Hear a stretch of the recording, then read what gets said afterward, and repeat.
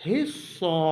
देखिए सौद मोटा पढ़ना है। अगर कोई पढ़े हिस्सा सीन, रॉन्ग हो जाएगा, गलत हो जाएगा।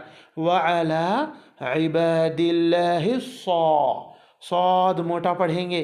वअला इबादिल्लाहिस्सा लिहीन, ही अंदर से निकालेंगे, हीना नहीं कहेंगे, ही नहीं, हीना अंदर से, हीना।